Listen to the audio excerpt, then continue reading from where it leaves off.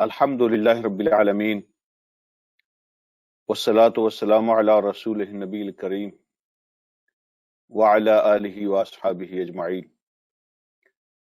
اما بعد فاعوذ باللہ من الشیطان الرجیم بسم اللہ الرحمن الرحیم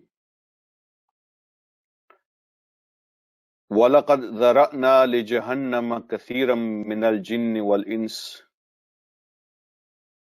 لَهُمْ قُلُوبٌ لَا يَفْقَهُونَ بِهَا وَلَهُمْ أَعْيُنٌ لَا يُبْصِرُونَ بِهَا وَلَهُمْ آذَانٌ لَا يَسْمَعُونَ بِهَا أُولَئِكَ كَالْأَنْعَامِ بَلْ هُمْ أَضَلُّ أُولَئِكَ هُمُ الْغَافِلُونَ صدق اللہ مولانا العظیم اللہم صلی علی سیدنا مولانا محمد مبارک وسلم علیہ صلاۃ سلاما کثیرا کثیرا۔ قابل احترام میرے بھائیوں، قابل عزت اسلامی مائر و بہنیں، آج انشاءاللہ سورہ اعراف آیت نمبر 179 سے ہمارا سبق سٹارٹ ہوگا۔ تھوڑا سا مجھے زیادہ لگ رہا ہے سبق جو کور کرنے کی ہم کوشش کریں گے، اس لیے میں بلا تاخیر اپنے سبق کی طرف آتا ہوں۔ اللہ رب العالمین ارشاد فرماتے ہیں وَلَقَدْ ذَرَأْنَا لِجَهَنَّمَ كَثِيرًا مِنَ الْجِنِّ وَالْإِنسِ، اور ہم نے بنائے ہیں، پیدا کیے ہیں جہنم کے لیے بہت سارے جن اور انسان۔ ان کے لہم قلوب لا یفقہون بہا، ان کے دل ہیں، ان کے ذریعے سے وہ سمجھتے نہیں ہیں۔ وَلَهُمْ أَعْيُنٌ لَا يُبْصِرُونَ بِهَا، ان کی آنکھیں ہیں، ان کے ذریعے سے وہ دیکھتے نہیں ہیں۔ وَلَهُمْ آذَانٌ لَا يَسْمَعُونَ بِهَا، ان کے کان ہیں لیکن وہ ان کے ذریعے سے سنتے نہیں ہیں۔ أُولَئِكَ كَالْأَنْعَامِ بَلْ هُمْ أَضَلُّ، یہ لوگ جانوروں کی طرح ہیں بلکہ ان سے بھی زیادہ گمراہ، ان سے بھی زیادہ گمراہ۔ أُولَئِكَ هُمُ الْغَافِلُونَ، یہی وہ لوگ ہیں جو غفلت کے اندر پڑے ہوئے ہیں۔ یہ آج کے سبق کی پہلی آیت ہے۔ اس میں جو چیزیں میں آپ کے سمجھنے کے لیے عرض کرنا چاہتا ہوں، آپ سے شیئر کرنا چاہتا ہوں، ان میں سب سے پہلی بات پہلے جملے کے بارے میں ہے۔ ہم نے جہنم کے لیے بہت سارے جن اور انسان پیدا کیے۔ یہ پیدا کرنے والا خود فرما رہا ہے کہ ہم نے بہت سارے انسان اور جن پیدا ہی جہنم کے لیے کیے۔ تو وہ لوگ جو جہنم میں بھیجے جائیں گے یا ڈالے جائیں گے تو وہ اعتراض کر سکتے ہیں کہ جب اللہ پاک نے ہمیں بنایا ہی دوزخ کے لیے ہے، جب پیدا کرنے والے نے پیدا ہی دوزخ کے لیے کیا ہے، تو پھر ہمارا اس میں قصور کیا ہے؟ ہمارے پیدا کرنے سے پہلے ہی اس نے اعلان کر دیا کہ بہت سارے جن اور انسان ہم دوزخ کے لیے پیدا کرتے ہیں، تو اس میں پھر کیا قصور ہے ہمارا؟ ہم تو بنائے ہی دوزخ کے لیے گئے تھے، جنت میں جا کیسے سکتے ہیں؟ تو اس کا جواب یہ ہے، میں ایک مثال سے بات سمجھانے کی کوشش کرتا ہوں۔ جیسے کسی خاندان کی مثلا نسلوں سے دشمنی ہو کسی کے ساتھ، ہر روز ان کے قبیلے سے، ان کے خاندان سے لوگوں کے مرنے کی، قتل ہونے کی خبریں آتی ہیں، تو لوگ ان کے بارے میں یہ کہنا شروع کر دیں کہ یہ جو خاندان یا قبیلہ ہے، ان کی مائیں تو بچے پیدا ہی اس لیے کرتی ہیں کہ قتل ہو جائے۔ تو لوگوں میں یہ جملہ اگر مشہور ہو جائے تو اس کا مطلب یہ ہوگا کہ جب لوگوں نے کہہ دیا انہوں نے قتل ہونا ہے، تو پھر قتل ہونے والوں کا کیا قصور ہے؟ جب ماؤں نے پیدا ہی قتل ہونے کے لیے کیا ہے، کوئی بھی نہیں ایسا سمجھتا۔ سب لوگ مانتے ہیں کہ یہ ایک محاورہ ہے۔ وہ قتل اپنے کاموں کی وجہ سے ہوتے ہیں، اپنی دشمنی کی وجہ سے ہوتے ہیں۔ یہ ان کی چوائس ہے جو رستہ انہوں نے اختیار کیا ہے، یہ رستہ ہی قتل و غارت کا ہے۔ وہ اپنی مرضی اور چوائس سے قتل ہوتے ہیں، لیکن محاورے کے طور پہ لوگ کہتے ہیں کہ ان کے ہاں تو اتنے قتل ہوتے ہیں، پتہ نہیں یہ کیوں ایسا رستہ انہوں نے چنا ہے، کیوں اس کام کو چھوڑ نہیں دیتے، گویا کہ ان کی مائیں تو ان کو پیدا ہی قتل ہونے کے لیے کرتی ہیں۔ تو قرآن نے بھی انہی کی زبان میں ایک محاورہ استعمال کیا ہے کہ لوگ جو دوزخ میں جائیں گے، جن اور انسان، وہ جائیں گے تو اپنے کاموں کی وجہ سے، اپنے عملوں کی وجہ سے جائیں گے، لیکن اللہ رب العالمین ان پہ تعجب کا اظہار فرما رہے ہیں۔ یہ اللہ کا ان پہ تبصرہ ہے کہ کیسے عجیب لوگ ہیں، ان کی سوچ کتنی عجیب ہے، ان کے کام کتنے عجیب ہیں۔ یہ تو ایسی زندگی بسر کر رہے ہیں جو سیدھی دوزخ میں لے کے جانے والی ہے، گویا کہ یہ تو پیدا ہی دوزخ کے لیے ہوئے ہیں، بڑی عجیب زندگی بسر کر رہے ہیں، گویا کہ ان کو کسی اور راستے کا علم ہی نہیں ہے۔ یہ ایسا ہی ہے نا، جب کسی کو بتایا جائے کہ کیمرہ لگا ہوا ہے یا نکا لگا ہوا ہے، اس کے باوجود کوئی اوور سپیڈنگ اگر کرتا ہے تو ہم کہتے ہیں یہ اس کا علاج ہے، یہ ڈرائیو کرتا ہی ایسے ہے۔ اللہ رب العالمین نے ارشاد فرمایا ہے کچھ لوگوں کے کام، ان کا رستہ، ان کی سوچ، ان کی آئیڈیالوجی، ان کی زندگی، وہ کیسے عجیب لوگ ہیں، انہوں نے دوزخ کو چنا اپنے لیے،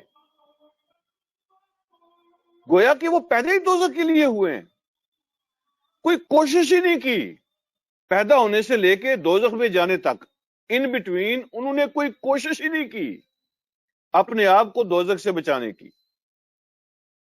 حالانکہ ان کو بتایا گیا تھا، سمجھایا گیا تھا، لیکن پیدا ہونے سے شروع کر کے دوزخ میں جانے تک انہوں نے کوئی کوشش ہی نہیں کی دوزخ سے بچنے کی، گویا کہ یہ پیدا اس لیے ہوئے تھے کہ جانے ہی دوزخ میں ہے۔ اگر یہ بات سمجھ آ گئی ہے تو آگے بڑھتے ہیں۔ اللہ رب العالمین فرماتے ہیں لَهُمْ قُلُوبٌ لَا يَفْقَهُونَ بِهَا، ان کے دل تو ہیں لیکن ان دلوں کے ذریعے سے وہ سمجھتے نہیں ہیں، بات کو سمجھنے کی کوشش نہیں کرتے۔ یہاں پہ ایک اور بات جو میں آپ سے عرض کرنا چاہتا ہوں، اللہ رب العالمین نے سمجھ بوجھ کی جگہ جو بیان کی ہے، جو آرگن بیان کیا ہے سمجھ بوجھ کا، وہ دل ہے۔ تو قلوب کے ساتھ اللہ نے یفقہون لگایا ہے، لہم قلوب، ان کے دل ہیں، لا یفقہون بہا، وہ ان دلوں کے ذریعے سے سمجھتے نہیں ہیں۔ تو کیا جو قلب ہے وہ سمجھنے کی جگہ ہے؟ عام طور پہ ہم سمجھتے ہیں کہ جو دل ہے انسان کا تو اس کا کام خون کو پمپ کرنا ہے، اس کے علاوہ اس کا کوئی فنکشن نہیں ہے۔ قرآن کہتا ہے، اللہ رب العالمین یہ ارشاد فرماتے ہیں کہ قلب انسان کی باڈی کے اس حصے کو کہتے ہیں یا اس آرگن کو کہتے ہیں جو انسان کی باڈی کو گورن کرتا ہے، جو سوچتا ہے، جو سمجھتا ہے، جو فیصلے کرتا ہے، اس کا نام قلب ہے۔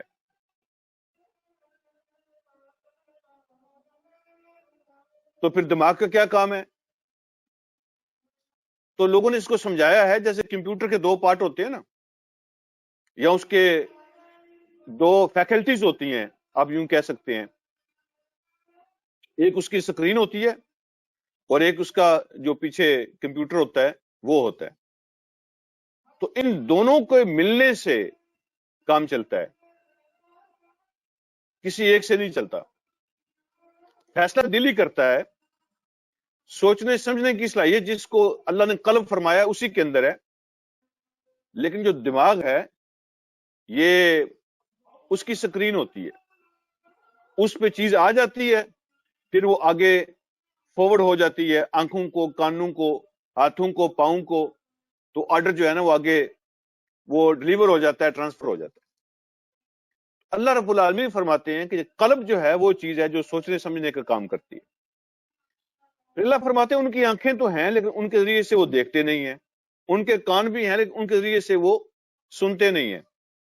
تو کیا وہ گونگے بہرے ہیں یا پاگل ہیں؟ وہ یہ جو اللہ کہہ رہے ہیں نہ ان کے دل کام کرتے ہیں، نہ ان کی آنکھیں کام کرتی ہیں، ان کے کان کام کرتے ہیں؟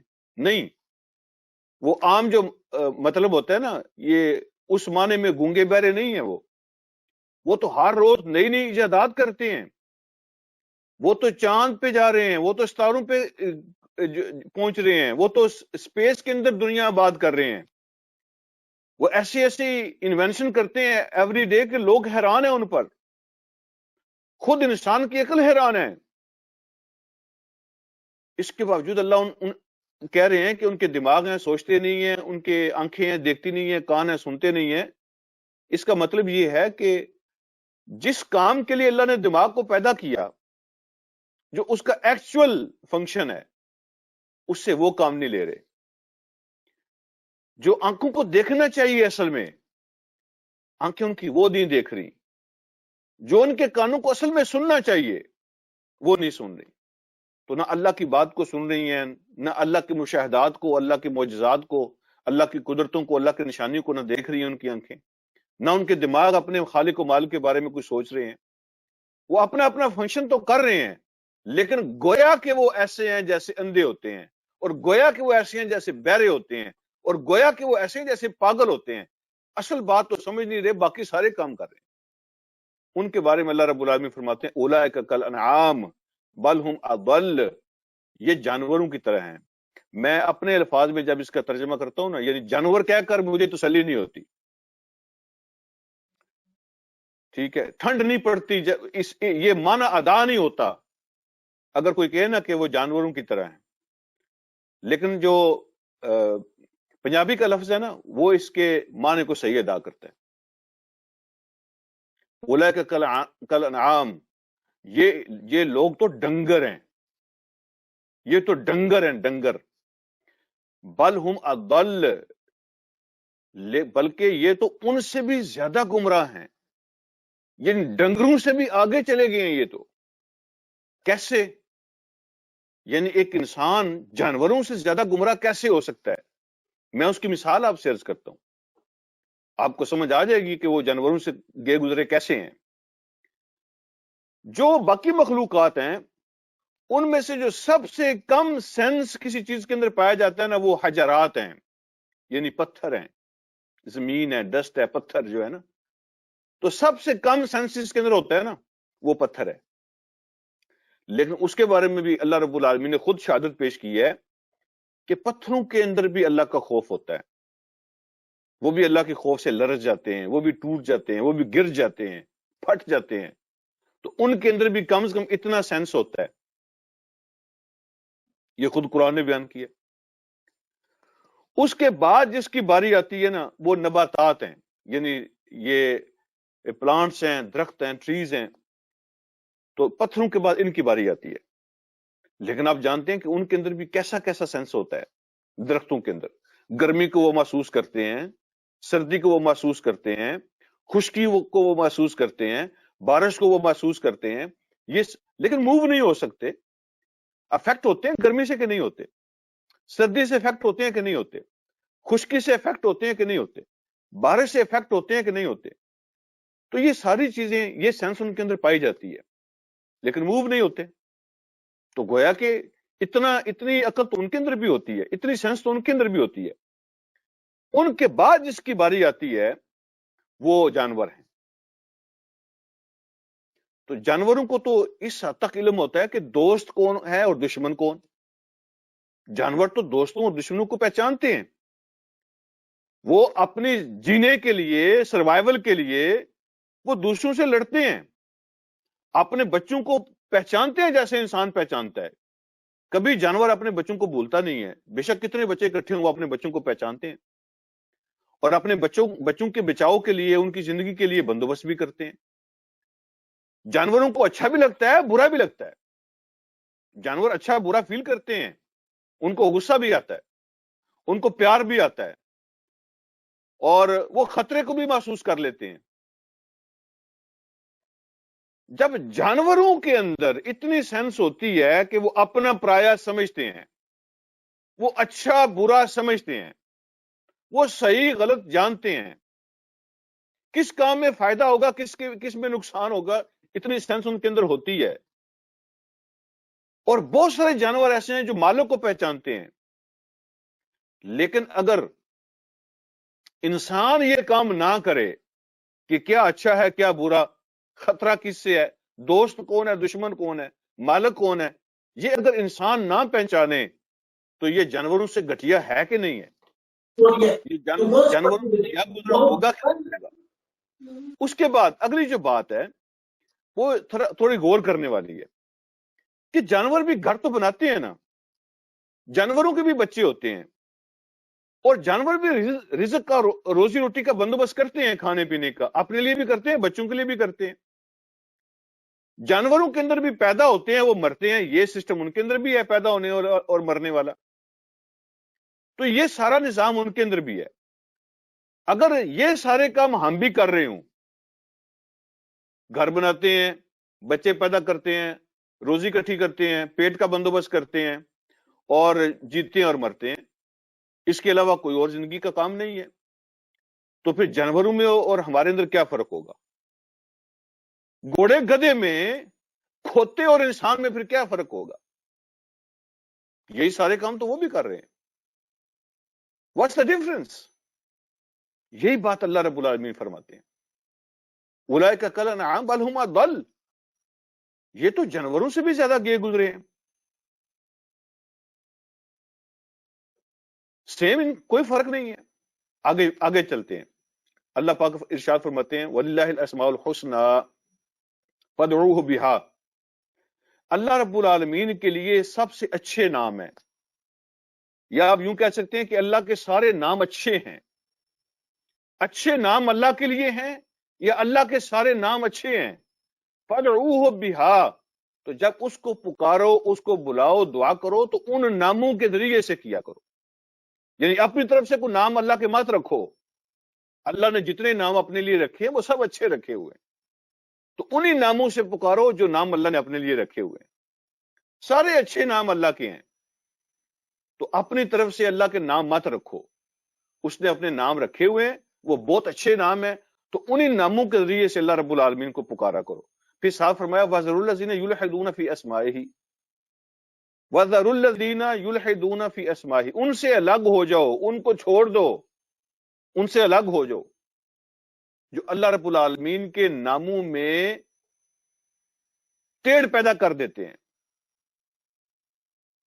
الہاد اسی لفظ سے نکلا ہے، حد کو کراس کرنا، سیدھے راستے کو چھوڑ دینا، الٹی طرف مڑ جانا۔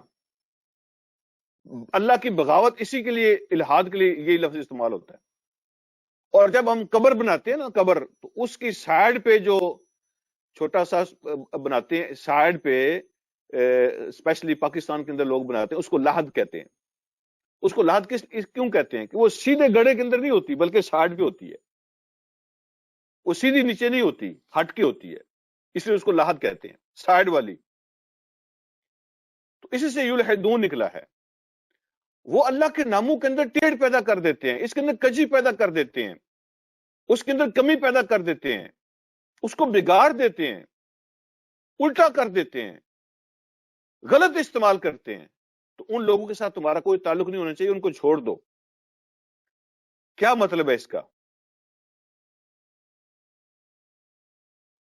مثال کے طور پہ جب انہوں نے لات بت بنایا تھا نا، تو لوگوں کو تسلی دینے کے لیے کہتے تھے لات جو ہے نا ہم نے اللہ سے نکالا ہے، یہ الہ اور اللہ جو ہے نا اسی سے ہم نے لات نکالا ہے۔ اور جب انہوں نے عزا بنایا تھا، وہ کہتے تھے اللہ کا نام عزیز ہے اور ہم نے اسی سے عزا بنایا ہے۔ اللہ کے ناموں کے اندر وہ الہاد کرتے ہیں، حد کو کراس کرتے ہیں، اپنی مرضیاں اس میں شامل کر لیتے ہیں۔ یہاں میں ایک بات آپ سے یہ عرض کرنا چاہتا ہوں کہ اللہ کے دو نام ہیں، وہ ذاتی ہیں، دو نام اللہ کے ذاتی ہیں، وہ نام کسی کا نہیں ہو سکتا۔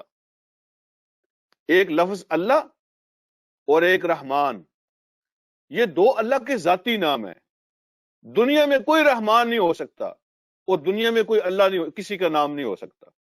عبد الرحمان ہو سکتے ہیں، لیکن ہماری جہالت ہے، کم علمی ہے کہ بہت سے لوگوں کو ہم رحمان کہہ کے پکارتے ہیں، رحمان ان کے نام رکھے ہوئے ہیں۔ تو رحمان جو نام ہے یہ اللہ کا ذاتی نام ہے، جیسے اللہ کوئی اور نہیں ہو سکتا، رحمان بھی کوئی اور نہیں ہو سکتا۔ اس کے علاوہ جو اللہ کے نام ہے سارے وہ صفاتی ہیں، وہ اللہ کی صفتیں ہیں۔ تو صفت کا جو ہے نا جس لیول کے اندر وہ اللہ کی صفت ہے، اس لیول میں کسی اور کے اندر نہیں ہو سکتی، لیکن اس سے کم لیول پر یا ڈفرینٹ لیول پر وہ لفظ ہم کسی اور کے لیے استعمال کر سکتے ہیں. مثال کے طور پہ بصیر اللہ کی صفت ہے، دیکھنے والا. تو جیسے اللہ دیکھتا ہے اس لیول پہ کوئی نہیں دیکھتا، لیکن بصیر انسان بھی ہو سکتا ہے، اس کا لیول ڈفرینٹ ہوگا. لیکن جب اس کے ساتھ ہم الف لام لگاتے ہیں، البصیر کرتے ہیں، تو البصیر اللہ کی ذات ہوتی ہے، اسپیشل دیکھنے والا، خاص دیکھنے والا، وہ اللہ کی ذات ہی ہوتی ہے. رحیم اللہ کی صفت ہے، رحم فرمانے والا. لیکن جس حد تک وہ رحم کرتا ہے، جس لیول پہ وہ رحم کرتا ہے، وہ لیول کسی اور کے اندر نہیں پایا جا سکتا. یہ لفظ مخلوق کے لیے استعمال ہو سکتا ہے، لیکن اس کے رحم کا لیول وہ نہیں ہوگا. لیکن جب ہم الرحیم کہیں گے الف لام لگا کے، وہ صرف اللہ ہی ہو سکتا ہے، وہ کوئی اور نہیں ہو سکتا. باقی جتنے نام ہیں وہ کسی نہ کسی لیول میں اللہ کی حد تک تو نہیں ہو سکتے، لیکن کسی نہ کسی لیول میں وہ کوئی اور مخلوق بھی استعمال کر سکتی ہے.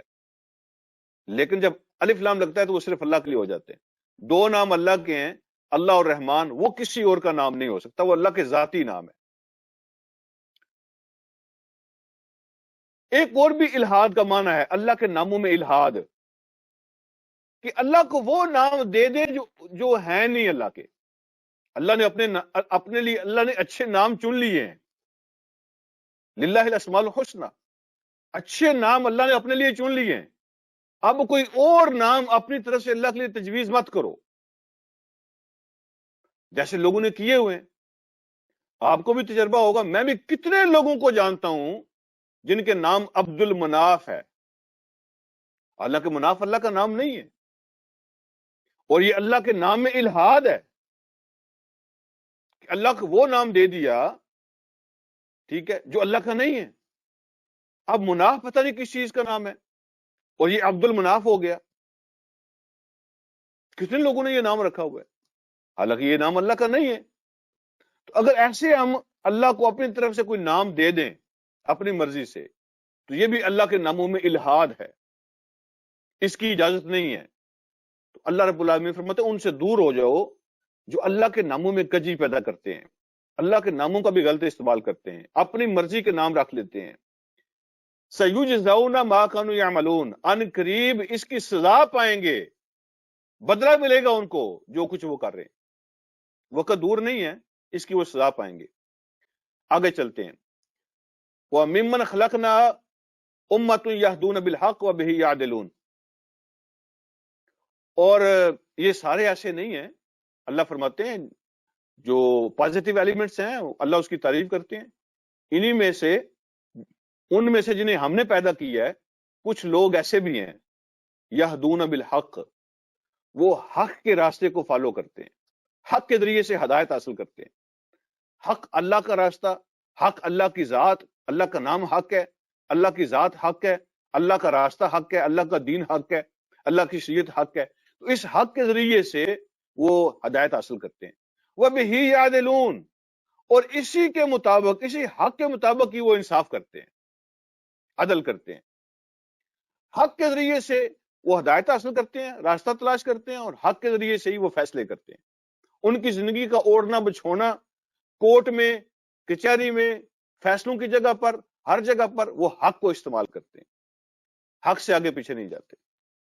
پھر اللہ رب العالمین فرماتے ہیں والذین کذبوا بآیاتنا، اور وہ لوگ جنہوں نے ہماری آیات کو ماننے سے انکار کر دیا، جھٹلایا ہماری، کہا کہ نہیں مانتے اس کو، یہ ہے ہی نہیں ہے، یہ صحیح ہے ہی نہیں، اللہ کی طرف سے ہے ہی نہیں ہے، جھٹلا دیا اس کو.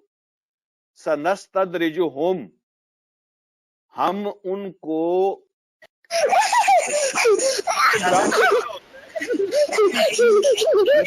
لمبا کر دینا، کسی کی رسی کو لمبا کر دینا، استدراج یعنی اس کو چانس دینا، اس کو مہلت دینا، جس کو کہتے ہیں نا گریجولی کوئی کام کرنا. تو وہ لوگ جنہوں نے ہماری آیات کا انکار کر دیا، سنستدرجہم، تو آہستہ آہستہ بتدریج ہم ان کو جا کے وہاں سے پکڑیں گے، من حیث لا یعلمون، جہاں سے ان کو پتہ بھی نہیں چلے گا، ان کو خبر بھی نہیں ہوگی، ہم ایسے ان کو پکڑیں گے. کیا مطلب ہے اس کا؟ آہستہ آہستہ ہم ان کو وہاں تک لے جاتے ہیں، ان کی رسی ڈھیلی کرتے ہیں نا، ان کو آہستہ آہستہ. استدراج کا معنی ہوتا ہے سلولی آہستہ آہستہ گریجولی کسی منزل تک پہنچنا ہو یا پہنچا دینا. تو آہستہ آہستہ ہم ان کو وہاں تک لے جاتے ہیں، اس راستے تک جس کو کہتے ہیں پوائنٹ آف نو ریٹرن. اب وہ پھنس جاتے ہیں اور وہاں پھر جا کے ہم ان کو پکڑ لیتے ہیں.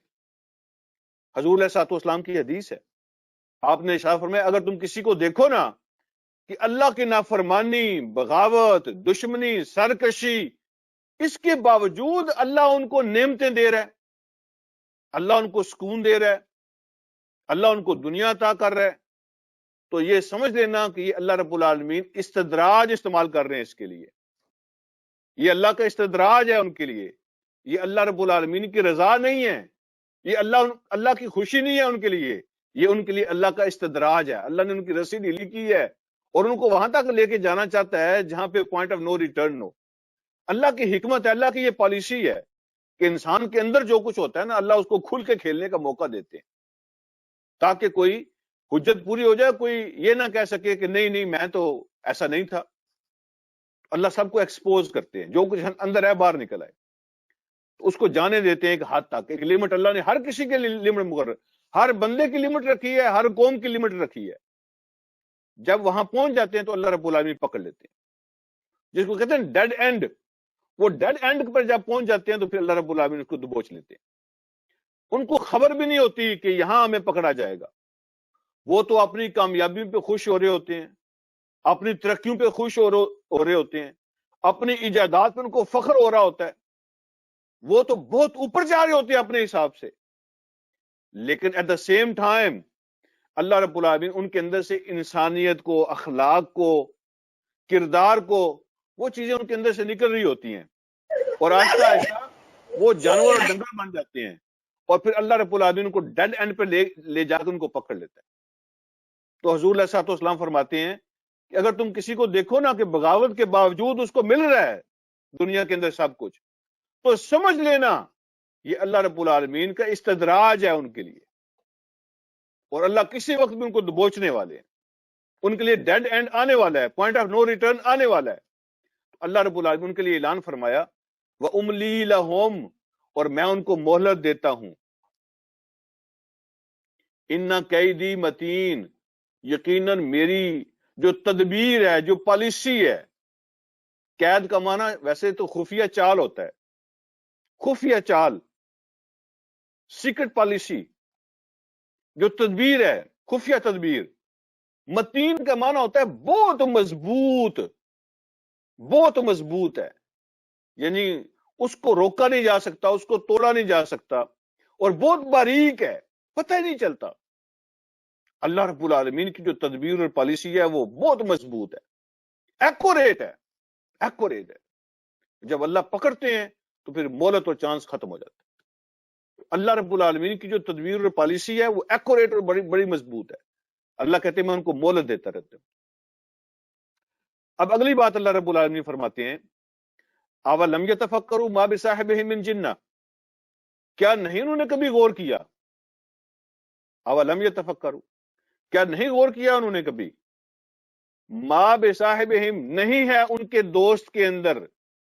صاحب یہاں پہ اللہ پاک نے نبی علیہ الصلوۃ والسلام کو فرمایا کہ ان کے جو ساتھی ہیں، ان کے جو صاحب ہیں، اس لیے فرمایا کہ انہی کے اندر ہی پیدا ہوئے، انہی کے اندر ہی جوان ہوئے، انہی کے اندر ہی کھیلے، انہی کے اندر ہی 40 سال گزارے، انہی کے اندر بزنس کیا، انہی کے اندر شادی کی، انہی کے اندر معاملات کیے. یہ کوئی اوپرا آدمی تو نہیں ہے، کوئی اجنبی، کوئی سٹرینج پرسن تو نہیں ہے، وہ تمہارے اندر ہی سے ہم نے ان کو نبی بنایا ہے، تم سب ان کو جانتے ہو. اس لیے فرمایا صاحب ہے وہ تمہارا. صاحب اس کو کہتے ہیں جو دوست ہوتا ہے، جس کے ساتھ تعلق ہوتا ہے. اللہ رب العالمین نے حضور علیہ الصلوۃ والسلام کی زندگی کو اس لفظ کے ساتھ جو ہے نا وہ بیان فرمایا. یہ جو تمہارے ساتھ رہے ہیں، تمہارے ساتھ پلے بڑے ہیں، تمہارے ساتھ اٹھے بیٹھے ہیں، یہاں میں ہمارے لیے سبق ہے کہ ہم جن کے ساتھ رہتے ہیں ان کے دلوں پہ ہمارا نقش ہونا چاہیے، کوئی انگلی نہ اٹھا سکے ہمارے کردار پہ، ہمارے ایٹیچیوڈ پہ، ہمارے بیہیویئر پہ. اولم یتفکروا، تو مکہ والے یہ اعتراض کرتے ہیں اور کہتے ہیں کہ نعوذ باللہ یہ دیوانے ہو گئے ہیں، یہ مجنون ہیں. یہ گالی نہیں تھی، قرآن نے کتنی مرتبہ اس کو بیان کیا ہے. وہ کہتے تھے کہ نعوذ باللہ حضور علیہ الصلوۃ والسلام جو ہے نا وہ دیوانے ہو گئے ہیں، اس لیے اس طرح کی باتیں کرتے ہیں. کسی کو مجنون کہنا بھی تو گالی ہوتی ہے نا، تو اس طرح کے وہ لفظ استعمال کیا کرتے تھے حضور علیہ السلام. تو اللہ رب العالمین نے جواب دیا اس کا. کیا وہ انہوں نے غور نہیں کیا کہ ان کا جو ساتھی ہے ما بصاحب من جنہ، تو ان کے ساتھی کے اندر کسی قسم کا کوئی جنون نہیں ہے، کسی قسم کا کوئی پاگل پان، کوئی دیوانگی نہیں ہے ان کے اندر. انہیں کبھی غور نہیں کیا. اگر غور کرتے تو ان کو سمجھ آ جاتی کہ یہ دیوانوں والی باتیں نہیں ہیں جو وہ پیش کر رہے ہیں. کیا دیوانوں کے اخلاق ایسے ہوتے ہیں؟ تمہیں نہیں پتا کہ پاگلوں کے کردار ایسے ہوتے ہیں؟ یہ جو مکہ کے جینیس ہیں، یہ جو مکہ کے کنگ ہیں، ان کو کیوں نہیں سمجھ آ رہی اس بات کی؟ سمجھ آئی ہوئی تھی ان کی، ان کو سب پتا تھا، سب سمجھ آئی ہوئی تھی. وہ دنیا کے بہترین دماغ اپنے آپ کو سمجھتے تھے، وہ دنیا کے فیصلے کیا کرتے تھے، وہ پوری دنیا کے لیڈر تھے، وہ کعبہ کے مجاور تھے، کعبہ کے متولی تھے، لوگ ان کو اپنا سردار مانتے تھے. تو کیا ان کو سمجھ نہیں آ سکی اس بات کی کہ نعوذ باللہ ان کے اندر کوئی دیوانگی والی بات نہیں ہے؟ لیکن جب ایک عام آدمی اتنا متاثر ہو رہا تھا آپ کی گفتگو سے، آپ کے کردار سے، آپ کے سلوک سے، ایک عام آدمی اتنا متاثر ہو رہا تھا کہ اس کو روکنا مشکل تھا، لوگ جانے دینے کے لیے تیار تھے. جب ایک عام آدمی اتنا متاثر ہو رہا تھا تو یہ کنگ اور جینیس لوگ کیوں نہیں سمجھ سکتے تھے؟ سمجھ رہے تھے سارا کچھ، لیکن جان بوجھ کے کرتے تھے. اللہ رب العالمین فرمایا پاگل ہو گئے ہو، کبھی تم نے غور نہیں کیا؟ دیوانے تو تم ہو. کیا کبھی دیوانے لوگوں نے ایسی باتیں کی ہیں؟ ان کے اخلاق ایسے ہوتے ہیں، ان کے کردار ایسے ہوتے ہیں، وہ پاکیزگی اور طہارت پیش کرتے ہیں، وہ پاکیزگی اور طہارت کی باتیں کرتے ہیں، وہ زیادتی اور ظلم کو مٹانے کی باتیں کرتے ہیں، وہ مخلوق کے حقوق کی بات کرتے ہیں، وہ مظلوموں کا ساتھ دینے کی بات کرتے ہیں، وہ اپنے جسم کو پاک رکھنے، کپڑے کو پاک رکھنے کی باتیں کرتے ہیں. وہ ایسا کردار سکھاتے ہیں لوگوں کو جیسے میرے نبی سکھا رہے ہیں. کوئی دیوانگی کی نشانی ہے ان کے اندر؟ کبھی تم نے غور نہیں کیا؟ ان ہوا الا نذیر مبین، وہ تو سیدھے سیدھے اور اوپن کھلے کھلے ڈرانے والے ہیں. مبین کا معنی اوپن، کلیئر. وہ تو تمہیں ڈرانے آئے ہیں، تمہیں سمجھانے آئے ہیں. آگے بڑھتے ہیں. اللہ پاک فرماتے ہیں اولم ینظروا فی ملکوت السماوات والارض، کیا انہوں نے آسمانوں اور زمین کی جو بادشاہی ہے اس پہ غور نہیں کیا؟ آسمانوں اور زمین کا جو سسٹم اور نظام ہے اس کے اندر انہوں نے کبھی غور نہیں کیا؟ وما خلق اللہ من شیء، اور جو کچھ بھی، جتنی چیزیں بھی اللہ نے پیدا کی ہیں، کیا انہوں نے کبھی اس پہ غور نہیں کیا؟ وَأَنْ عَسَىٰ أَن يَكُونَ قَدِ اقْتَرَبَ أَجَلُهُمْ، اور وقت بہت قریب پہنچ گیا ہے، وقت ان کا بہت قریب پہنچ گیا ہے، ان کی اجل آنے والی ہے. فَبِأَيِّ حَدِيثٍ بَعْدَهُ يُؤْمِنُونَ، تو کس بات کا انتظار کر رہے ہیں؟ یہ ساری نشانیاں جو آسمان و زمین پہ پھیلی ہوئی ہیں اور ہر چیز جو اللہ نے پیدا کی ہے اس کے اندر اللہ رب العالمین کا پیغام موجود ہے، نشانیاں موجود ہیں، تو ان کا وقت تو بہت تھوڑا ہے، مہلت تو بہت تھوڑی رہ رہی ہے. اس کے بعد یہ کس بات کا انتظار کر رہے ہیں؟ فَبِأَيِّ حَدِيثٍ بَعْدَهُ يُؤْمِنُونَ، ان ساری چیزوں کے بعد وہ کس بات پر ایمان لائیں گے؟ کس کا انتظار کر رہے ہیں؟ ہر بات کے اندر لاجک ہے، ہر بات کے لیے ایویڈنس ہے، دل کو اپیل کرتی ہے، نیچر کے مطابق ہے ہر چیز، تمہاری کتابوں میں سب کچھ لکھا ہوا ہے. تو یہ سارا کچھ اللہ رب العالمین کے معجزات پھیلے ہوئے ہیں، سب کچھ کو دیکھ کر بھی اللہ کی پہچان تمہیں نہیں ہوتی، تو پھر کس بات کا انتظار کر رہے ہو؟ آگے بڑھتے ہیں. اللہ رب العالمین ارشاد فرماتے ہیں، پیج اوپر کر دیں، من یضلل اللہ فلا ہادی لہ.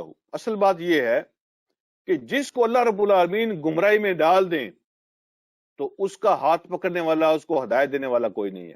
تو کیا مطلب ہے اس کا؟ جو گمراہی میں پڑے ان کو خود اللہ نے گمراہی میں ڈالا ہوا ہے. اللہ تو کہے جس کو اللہ گمراہی میں ڈال دے اس کو ہدایت دینے والا کوئی نہیں ہے. یہاں پھر وہی بات ہے کہ جو خود ہدایت لینا نہیں چاہتا اللہ اس کو گمراہی کے اندر چھوڑ دیتے ہیں. جس کے اندر ہدایت کی طلب نہیں ہے، تڑپ نہیں ہے، شوق نہیں ہے، تو اللہ ہدایت تقسیم نہیں کرتے پھر یہ سب کے لیے زبردستی. یہ اللہ کی پالیسی کے خلاف ہے. کہ جس کو نہیں چاہیے، جو نہیں چاہتا ہدایت کو، اللہ اس کو گمراہی میں رہنے دیتے ہیں. یہ مطلب ہے اس آیت کا. میں یضلل اللہ، جس کو اللہ گمراہی میں چھوڑ دیں، رہنے دیں، فلا ہادی لہ، تو کون ہے اس کو ہدایت دینے والا.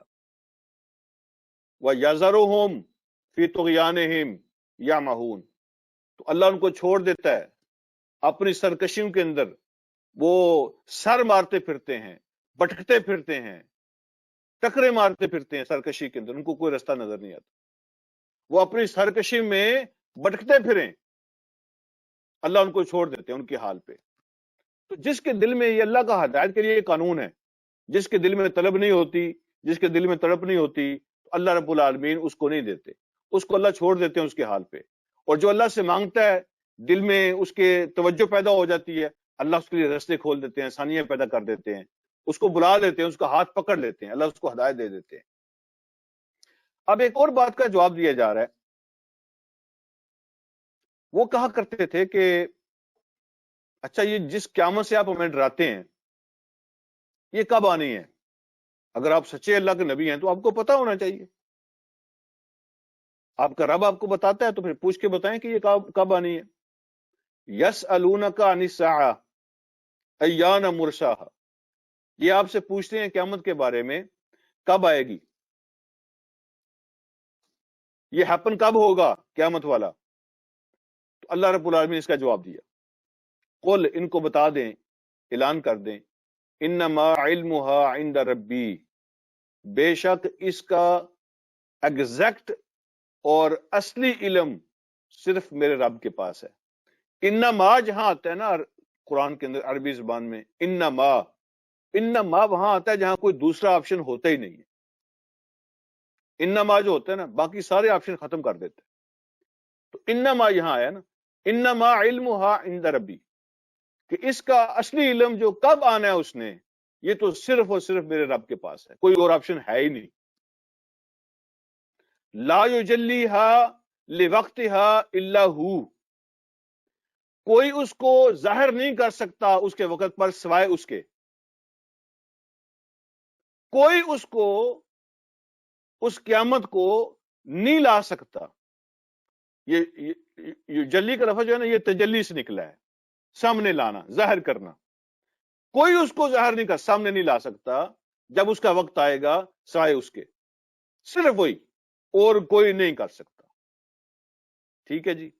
ہاں یہ تو بات ٹھیک ہے، آپ سب جانتے ہیں کہ ایگزیکٹ علم تو صرف رب کے پاس ہے، لیکن نشانیاں جو ہوتی ہیں وہ اللہ رب العالمین نے حضور علیہ السلام کو بتائی ہیں. کچھ بڑی نشانیاں، کوئی چھوٹی نشانیاں ہیں. یہ بالکل ایسے ہی ہے، سمپل اس کی مثال ایسے ہے جیسے کوئی خاتون اگر پریگننٹ ہو جاتی ہے مثلا، تو فیملی کے اندر بھی لوگوں کو اندازہ ہوتا ہے.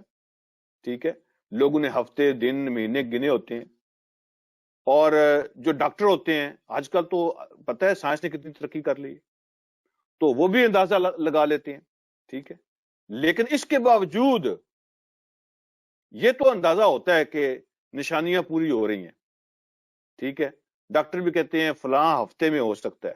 ٹھیک ہے جی، لیکن ایگزیکٹلی آج بھی ڈاکٹروں کو نہیں پتا ہوتا کہ ڈلیوری کب ہونی ہے. جانور ہوتے ہیں تو جو فیمیل کوئی بھی جانور ہو، اگر وہ پریگننٹ ہو، حاملہ ہو، تو اس کا مالک بھی اور ایکسپرٹ لوگ بھی اندازے لگاتے ہیں. ٹھیک ہے، اس کے پیٹ سے، اس کے چلنے پھرنے سے، اس کے اٹھنے بیٹھنے سے، اس کی عادتوں سے، نشانیوں سے اندازہ لگاتے ہیں. لیکن ایگزیکٹ کسی کو نہیں پتا ہوتا کہ ڈلیوری کب ہونی ہے. اسی طرح ایگزیکٹ ٹائم تو اللہ کو پتا ہے، لیکن سائن ہوتے ہیں، نشانیاں موجود ہیں، وہ اللہ رب العالمین نے حضور علیہ السلام کو بتائی ہیں. اور حضور علیہ السلام نے کچھ بڑی نشانیاں، کچھ چھوٹی نشانیاں وہ بیان فرمائی ہیں قیامت کی. ہاں ایک بات اللہ رب العالمین فرماتے ہیں، ایک بات ذہن میں رکھنا، اپنے وقت پر صرف وہی اس کو ظاہر کرے گا، لیکن ایک بات یاد رکھنا، ثقلت فی السماوات والارض، جب وہ ظاہر ہوگی نا تو آسمان و زمین اس کو برداشت نہیں کر سکیں گے. ثقلت یہ لفظ ثقیل سے ہے، بہت بھاری ہوگی وہ، آسمانوں پر بھی اور زمینوں پر بھی. زمین و آسمان اس کو برداشت نہیں کر سکیں گے، ایسا وقت ہوگا. یہ زمین بھی زمین نہیں رہے گی، یہ آسمان بھی ایسا آسمان نہیں رہے گا، یہ سارا سسٹم بدل جائے گا، یہ آسمان و زمین اس وقت کو برداشت نہیں کر سکے گی۔ تو قرآن کے مطابق اللہ رب العالمین نیا آسمان لائیں گے اور نئی زمین لائیں گے حشر کے لیے۔ اور پھر ایک اور بات اللہ نے فرمائی، ایک تو یہ کہ آسمان و زمین اس کو برداشت نہیں کر سکے گی، بہت بھاری ہوگی۔ لا تأتیکم الا بغتۃ، ایک اور بات یہ فرمائی کہ وہ تمہارے پاس نہیں آئے گی مگر اچانک، وہ سڈنلی آئے گی، ہیپن ہوگا، اچانک آئے گی، کسی کو سمجھ نہیں آئے گا۔ تو جب قیامت کی جو گھڑی ہے نا وہ اچانک ہوگی، یہ ایک اور بات اللہ رب العالمین نے فرمائی۔ اور پھر اللہ رب العالمین فرماتے ہیں یسألونک کأنک حفی عنہا، آپ سے تو ایسے پوچھ رہے ہیں گویا کہ آپ اس کے پیچھے پڑے ہوئے ہیں۔ حفیون کا معنی ہوتا ہے کریدنے والا، کھودنے والا، ٹھیک ہے جی۔ آپ کے پیچھے تو ایسے پڑے ہیں جیسے آپ اس کی کھوج کرید میں لگے ہوئے ہیں، آپ اس کے بارے میں جانتے ہیں، ہر چیز آپ جانتے ہیں، اس کے واقف ہیں آپ اس کے بارے میں۔ آپ سے تو ایسے پوچھ رہے ہیں گویا کہ آپ اس ساری چیزیں جانتے ہیں قیامت کے بارے میں۔ قل، پھر فرمایا ان کو کہہ دیں انما علمہ عند اللہ، ٹھیک ہے، پھر وہی بات ہو رہی کہ صرف اور صرف اس کا علم اللہ کے پاس ہے۔ وَلَكِنْ أَكْثَرَ النَّاسِ لَا يَعْلَمُونَ، لیکن اکثر لوگ اس بات کو جانتے نہیں ہیں۔ اور آخری بات جو آج کے سبق کی ہے اس میں اللہ رب العالمین نے ارشاد فرماتے ہیں، ایک اور سوال کا جواب دیا۔ وہ کہتے تھے کہ اگر آپ اللہ کے سچے نبی ہیں، جیسے آج کل بھی اس طرح کی ڈیبیٹ چلتی ہے نا، اگر آپ اللہ کے سچے نبی ہیں تو کم از کم یہ تو بتا دیں کہ کون سا وقت ٹھیک ہے، کون سا دن ٹھیک ہوتا ہے، ٹھیک ہے، اور کون سا وقت کون سا دن ٹھیک نہیں ہوتا، کب ہم زیادہ فائدے حاصل کر سکتے ہیں، کب جو ہے نا فائدے میں نہیں ہوں گے، کون سا دن اور ٹائم بزنس کے لیے زیادہ اچھا ہے، کون سا دن اور ٹائم کسی ٹرپ کے لیے زیادہ اچھا ہے، کون سا دن اور ٹائم کسی لڑائی کے لیے اچھا ہے۔ تو کم از کم یہ تو بتا دیں کہ ہم جو ہے نا تھوڑا سا انتظام کر لیا کریں، پہلے سے تیاری کر لیا کریں، کوئی ہفتے کے دن بتا دیں جس میں جو فائدے والے دن ہیں، ٹھیک ہے، اور وہ ٹائم بتا دیں جس میں وہ جو نقصان والا ٹائم ہے، ٹھیک ہے جی۔ تو کم سے کم اتنا تو بتا دیں، اگر آپ اللہ کے سچے نبی ہیں تو فائدہ نقصان تو میں سمجھا دینا کب ہوتا ہے اور کب نہیں ہوتا۔ تو اللہ رب العالمین نے اب اس کا بھی جواب دیا، قل، اے نبی ان کو بتا دے، لا املک لنفسی نفعا ولا ضرا، یعنی تمہیں تو میں بتاؤں، بعد کی بات ہے نا کہ تمہیں بھی بتاؤں، لا املک لنفسی، میں تو اپنے لیے بھی اختیار نہیں رکھتا ہوں، نفعا ولا ضرا، کسی نفع کا یا کسی نقصان کا۔ تمہیں تو بعد میں بتاؤں گا نا، پہلے تو اپنے بارے میں بندہ سوچتا ہے نا۔ فرمایا ان کو یہ بتا دیں کہ میں اپنے لیے بھی مالک نہیں ہوں، اختیار نہیں رکھتا ہوں کسی نفع کا اور کسی نقصان کا۔ یہ قرآن ہے، یہ اللہ کی کتاب ہے، یہ عقیدہ بیان کر رہی ہے، یہ کسی ڈائجسٹ کی بات نہیں ہے، یہ کسی اسکالر، کسی امام، کسی مولوی کی بات نہیں ہے۔ اللہ رب العالمین فرماتے ہیں ان کو بتا دیں کہ قل لا املک لنفسی نفعا ولا ضرا الا ما شاء اللہ، میں تو اپنے لیے بھی اختیار نہیں رکھتا ہوں کسی نفع کا نہ کسی نقصان کا، الا ما شاء اللہ، سوائے اس کے جو اللہ چاہتا ہے، جو اللہ چاہے، جو اللہ چاہے گا وہ ہوتا ہے۔ تو اللہ چاہتا ہے میرے لیے خیر پیدا ہو جاتی ہے، خیر پیدا ہو جاتی ہے، وہ خیر اور شر کے سارے خزانے اللہ کے قبضے میں ہیں۔ اور پھر اگلی بات فرمائی وَلَوْ كُنْتُ عَالَمُ الْغَيْبِ، اگر میں سارا غیب جانتا ہوتا، غیب کی ساری باتیں میں جانتا ہوتا، لَسْتَكْثَرْتُ مِنَ الْخَيْرِ، لاجک بیان کی۔ تو اسلام اور قرآن جو ہے نا وہ لاجک، اس کی گفتگو کے اندر لاجک ہوتی ہے، وہ لاجک دیتا ہے ہر بات کی، کہ اگر میں غیب جانتا ہوتا لَسْتَكْثَرْتُ مِنَ الْخَيْرِ، تو میں ہر طرح کی خیر کو اکٹھا کر لیتا، زیادہ سے زیادہ فائدے یقینی بنا دیتا، یقیناً یقیناً میں ہر قسم کی خیر بہت زیادہ وہ اکٹھی، مجھے پہلے ہی پتہ چل جاتا کہ غزوہ احد میں کیا ہونے والا ہے، مجھے پہلے ہی پتہ چل جاتا کہ حدیبیہ میں ہم جا سکیں گے حرم کے نہیں جا سکیں گے، حدیبیہ میں روک لیا جائے گا، میں پہلے ہی جان لیتا کہ یہ ہوگا اور یہ نہیں ہوگا۔ جہاں نقصان ہونا ہو تو وہاں میں نہ جاؤں، اور میں وہاں جاؤں جہاں فائدہ پہنچنا ہے، تو میں ساری خیر اکٹھی کر لیتا ہوں، اور کوئی وما مسنی سو، اور کوئی تکلیف اور کوئی برائی مجھے نہ پہنچتی، چھوتی بھی نہ مجھے۔ اگر میں غیب جانتا ہوتا تو سارے فائدے میں اکٹھے کر لیتا، وما مسنی سو، اور کوئی برائی تکلیف مجھے نہ پہنچتی۔ مجھے پہلے پتہ چل جاتا کہ یہ یہودی عورت کھانے میں مجھے زہر دے رہی ہے، کوئی تکلیف مجھے ہوتی نا۔ ان آنا الا، یہ ان آنا الا جہاں بھی آتا ہے نا تو وہاں بھی وہ بات کو پکا کرتا ہے۔ ان آنا، نہیں ہوں میں سوائے اس کے، نذیر و بشیر، میں تو ڈراتا ہوں اور خوشخبری دیتا ہوں، لقوم یؤمنون، ان کے لیے جو ایمان لاتے ہیں، جو مانتے ہیں۔ میرے ڈرانے اور خوشخبری دینے کا فائدہ ان کو ہوتا ہے جو مان جاتے ہیں۔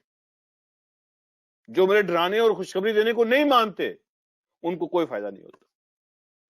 لقوم یؤمنون، جو مان جاتے ہیں، ایمان لے آتے ہیں، تو میرا ڈرانا اور خوشخبری دینا ان کے لیے فائدہ ہوتا ہے۔ تو میں تو ڈرانے والا ہوں، میں تو خوشخبری دینے والا ہوں، یہ چیزیں میرے اختیار میں نہیں ہیں، میرے قبضے میں نہیں ہیں۔ تو اللہ رب العالمین نے یہ عقیدہ بیان فرما دیا یہاں پہ۔ تو اب میں ایک آخری بات آپ سے یہ گزارش کرنا چاہتا ہوں کہ حضور علیہ الصلوۃ والسلام کے حوالے سے یہ بات کلیئر رکھے اپنے ذہن میں کہ اللہ پاک نے اپنے نبی کو بہت کچھ عطا فرمایا ہے، اس کائنات کے بارے میں، اس دنیا کے بارے میں اتنا کوئی علم دیا ہے، اتنا کچھ دیا ہے کہ اللہ پاک نے کسی اور کو نہیں دیا۔ اللہ نے اتنا کچھ آپ کو عطا کیا ہے کہ کسی اور کو اللہ نے نہیں دیا، سب سے زیادہ آپ کو دیا، لیکن اس کے باوجود آپ عالم الغیب نہیں ہیں، وہ اللہ رب العالمین کی ذات ہے۔ اور جتنا کچھ آپ کو ملا ہے وہ اللہ رب العالمین کی عطا ہے، اللہ کا دیا ہوا ہے۔ اختلاف ختم ہو گیا۔ اگر میں یہ مانتا ہوں، میرا یہ ایمان ہے کہ حضور علیہ الصلوۃ والسلام اللہ کی ذات کے بعد آپ رب نہیں ہیں، آپ رب نہیں ہیں، باقی سب کچھ ہیں، آپ رب نہیں ہیں، اور جو کچھ بھی آپ کو ملا ہے وہ اللہ رب العالمین کا دیا ہوا ہے۔ اتنا کچھ ملا ہے کہ لوگوں کے اندازے پیچھے رہ جاتے ہیں، لیکن وہ سب کچھ اللہ کا دیا ہوا ہے۔ تو جب اللہ کا دیا ہوا مان لینا تو کوئی اختلاف باقی نہیں رہتا۔ تو قرآن یہی کہتا ہے لا املک، میرے اختیار میں نہیں ہے، یہ میرے رب کی عطا ہے، الا ماشاء اللہ۔ اب الا ماشاء اللہ کو ماننا چاہیے۔ کچھ لوگ جو ہے نا وہ الا ماشاء اللہ کو بھی نہیں مانتے۔ دیکھیں نا، اللہ خود کہہ رہے ہیں کہ میں مالک نہیں ہوں نفع نقصان کا، الا ماشاء اللہ، لیکن اگر اللہ مجھے جو کچھ دیتا ہے تو اب اللہ کا اختیار تو ماننا چاہیے نا، الا ماشاء اللہ کو تو ماننا چاہیے نا کہ اللہ نے آپ کو بہت کچھ عطا کیا ہے، بہت کچھ عطا کیا ہے، لیکن اس کے باوجود آپ عالم الغیب نہیں ہیں، وہ سارا علم اللہ کی ذات کے پاس ہے، اور جو کچھ بھی آپ کو ملا تھا وہ اللہ رب العالمین کی عطا ہے۔ اختلاف ختم ہو جاتا ہے۔ اللہ مجھے اور آپ کو سمجھنے کے عمل کی توفیق عطا فرمائے۔ وآخر دعوانا الحمدللہ رب العالمین۔